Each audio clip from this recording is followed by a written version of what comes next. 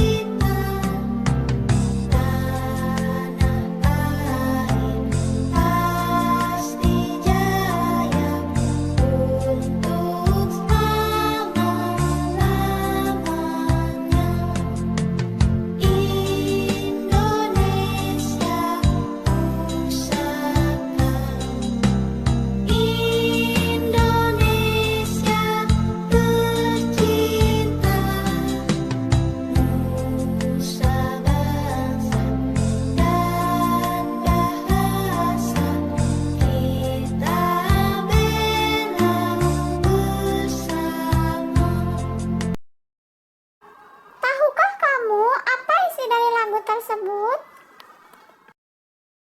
Lagu tersebut mencerminkan unsur-unsur kesatuan bangsa. Unsur-unsur tersebut antara lain nusa, bangsa, dan bahasa. Ketiganya merupakan semboyan persatuan. Tahukah kamu berawal dari apa semboyan tersebut? Semboyan persatuan tadi merupakan suatu ungkapan yang merupakan tekad bangsa Indonesia. Semboyan persatuan tersebut berawal dari sebuah peristiwa penting. Peristiwa tersebut adalah peristiwa Sumpah Pemuda. Nah, teman-teman, kita akan melanjutkan sejarah singkat mengenai Sumpah Pemuda. Pada tahun 1928, Indonesia masih dijajah oleh Belanda. Belanda sengaja memecah belah bangsa Indonesia. Dengan demikian, bangsa Indonesia menjadi lemah. Melihat hal tersebut, para pemuda akhirnya sadar. Mereka lalu menyatukan pendapat dan pemikiran. Para pemuda lalu mengadakan Kongres Pemuda. Kongres tersebut dihadiri pelajar, mahasiswa, dan perwakilan pemuda daerah. Kongres Pemuda 1. Tujuannya adalah menanamkan semangat kerja sama antar organisasi pemuda di Indonesia.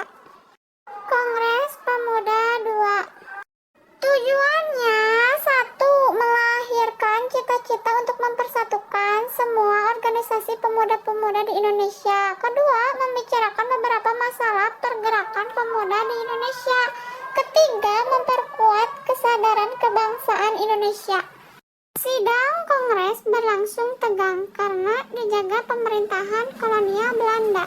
Bendera merah putih tidak bisa dikibarkan karena dilarang Belanda.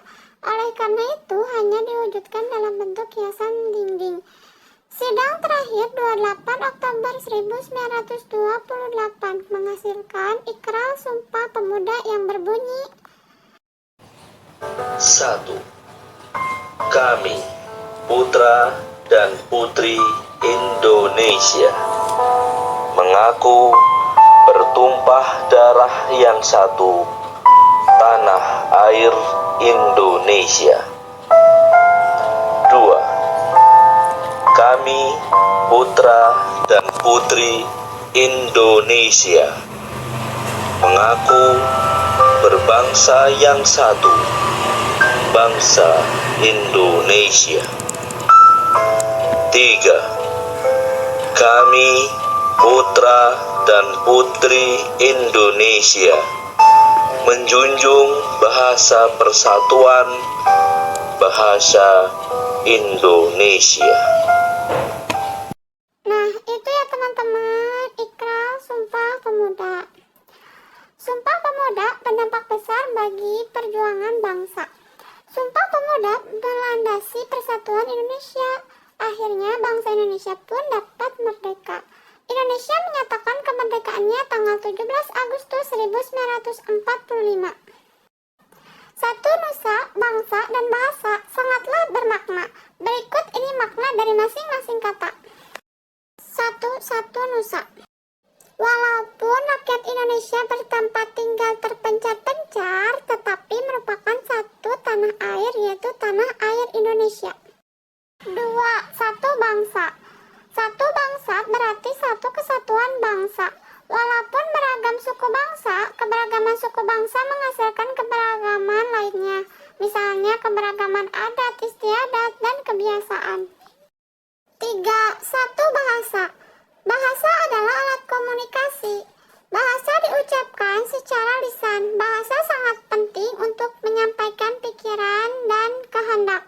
Walaupun rakyat Indonesia setiap daerah memiliki bahasa daerah sendiri yang berbeda-beda, tetapi mereka memiliki bahasa persatuan, yaitu bahasa Indonesia. B. Pentingnya persatuan. Pernahkah kamu menyapu dengan menggunakan sapu lidi? Sapu lidi terdiri dari beberapa batang lidi. Lidi-lidi tersebut diikat dengan kuat. Dengan demikian, lidi menjadi kuat.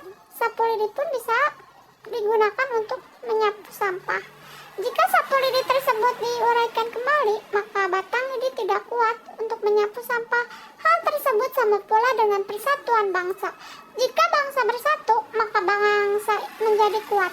Namun, jika bercerai-berai, maka bangsa menjadi lemah. Oleh karena itu, kita wajib menjunjung persatuan.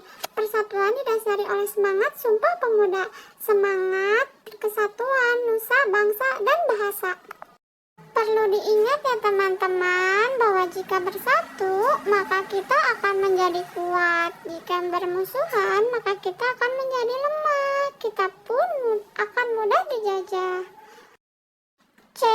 Tokoh Sumpah Pemuda. Tokoh Sumpah Pemuda melibatkan beberapa tokoh. Ada beberapa tokoh yang harus kamu ketahui. Mereka antara lain Sugondo, Muhammad Yamin, dan W.R. Supratman. 1. Sugondo. Sugondo adalah tokoh pergerakan PPPI. Ia aktif menjalin hubungan dengan pemuda perwakilan daerah. Oleh karena itu, ia diangkat menjadi Ketua Kongres Pemuda II.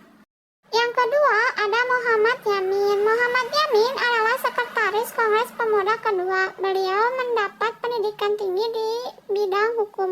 Muhammad Yamin merupakan tokoh penting kemerdekaan. Beliau aktif menentang penjajahan Belanda, terutama dalam masalah politik dan hukum. Di kemudian hari, ia berperan dalam mengusulkan dasar negara. Yang ketiga, ada W.R. Supratman. W.R. Supratman berjuang melalui bidang seni musik. Ia merupakan tokoh pencipta lagu kebangsaan Indonesia Raya. Saat Kongres Pemuda kedua, ia mendengarkan lagu Indonesia Raya untuk pertama kalinya. Lagu tersebut dibawakan dengan biola miliknya. Itulah beberapa tokoh dalam peristiwa Sumpah Pemuda.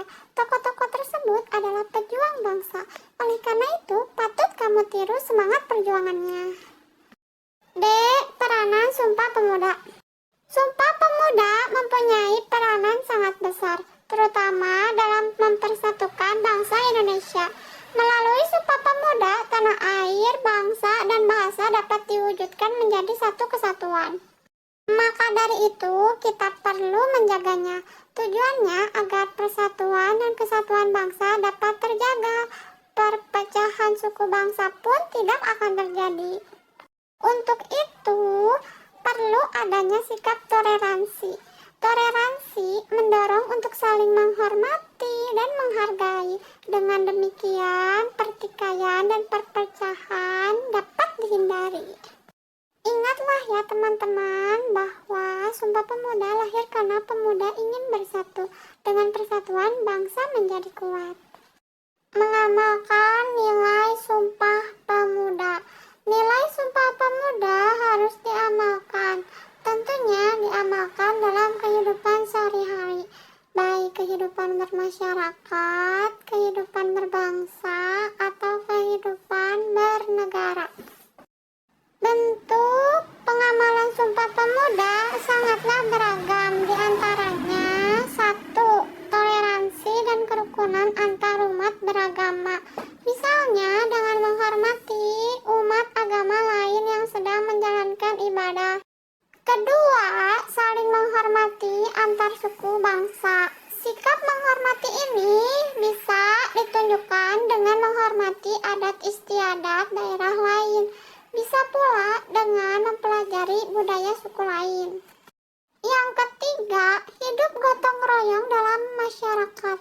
Gotong royong ini merupakan budaya bangsa Indonesia yang mencerminkan sikap bersatu dan saling membantu.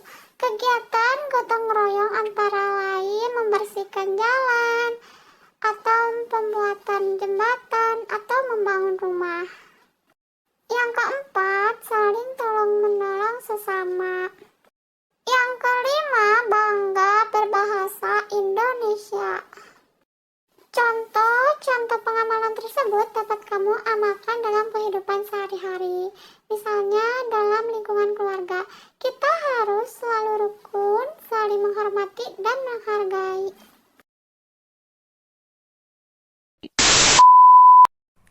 Nah, teman-teman, itulah penjelasan mengenai Sumpah Pemuda. Jika kalian ingin mengetahui lebih banyak lagi, kalian bisa mencarinya dalam banyak buku atau bertanya kepada guru kalian. Sekian dari saya pamit undur diri. Terima kasih, sampai jumpa.